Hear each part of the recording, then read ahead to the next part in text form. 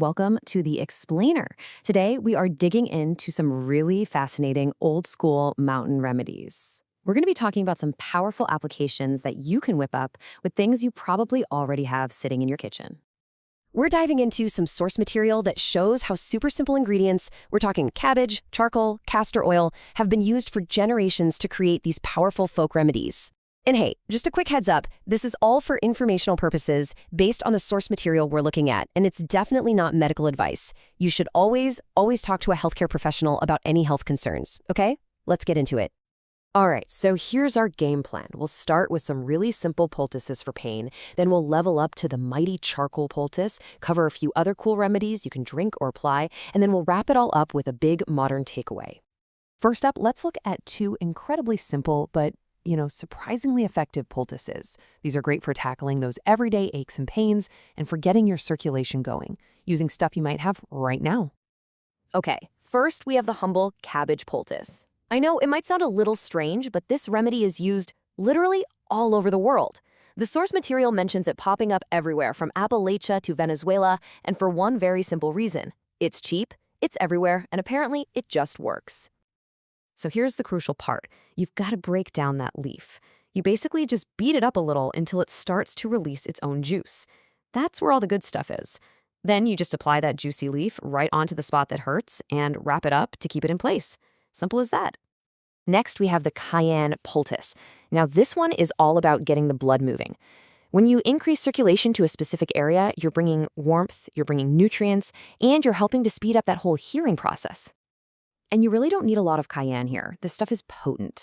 The olive oil just helps it stick to the cloth. The cayenne itself does all the work, drawing blood right to the surface. It creates this really nice warming sensation and gets that circulation going, which is perfect for places like the bottom of your feet. Okay, so now that we've seen those simple ideas, let's get to the real heavy hitter of home remedies.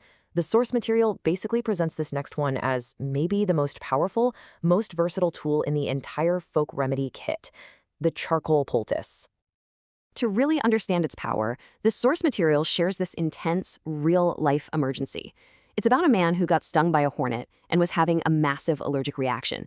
I mean, his vitals were absolutely crashing, he was fading in and out, and help was still a long way off. So what did they do? They made a simple paste of activated charcoal and water and slapped it right on the stings. And here's the truly stunning part. Within 2 minutes, his color started coming back, and his vitals began to dramatically normalize. It was that fast. So how on earth does that work so quickly? Well, the science behind it is pretty cool, and it all comes down to the difference between these two words you see here. Charcoal doesn't absorb stuff like a sponge soaks up water. It adsorbs, with a D. That means toxins and poisons literally get stuck to the outside surface of the charcoal, which then pulls them out of the body. And just how big is that surface area? Okay, get ready for this. The source says a single teaspoon of activated charcoal powder has the same surface area as an entire football field. Let that sink in. An entire football field. That is a mind-boggling amount of space for toxins to get stuck to. Making one yourself is actually pretty straightforward. You mix the charcoal powder with a binder, in this case ground flaxseed, and then you just add water till you get a thick paste.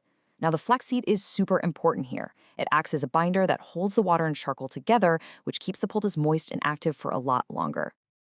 Okay, now for a couple of really crucial tips from the source. First, you have to use a binder like flaxseed. If you just use water, it's going to dry out way too fast and stop working. Second, and this is so important, never put charcoal paste directly on an open wound. You need a barrier, like a wet paper towel. Otherwise, the charcoal particles can get stuck in the new skin and create a permanent, literal tattoo. The effectiveness is just stunning.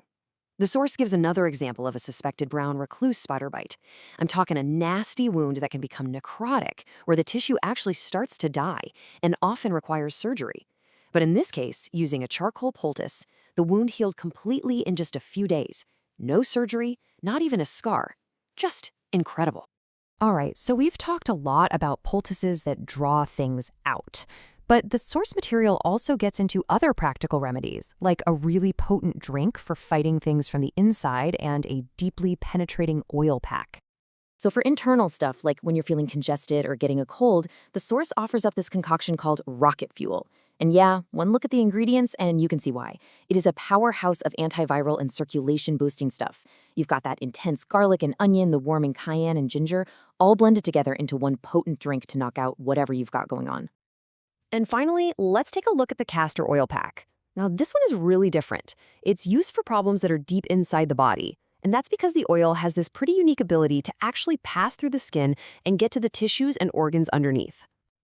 And because it can penetrate so deeply, it's used for a huge range of internal issues, things like cysts, tumors, and even breaking down scar tissue.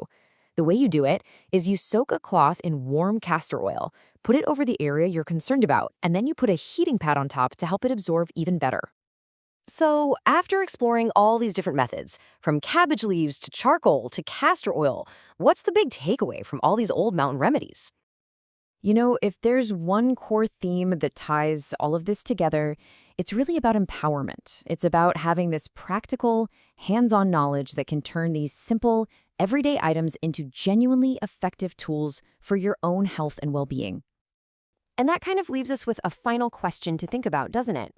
In our modern age of super complex, high-tech medicine, what is the role for this kind of simple, traditional knowledge that you can literally hold in your own two hands?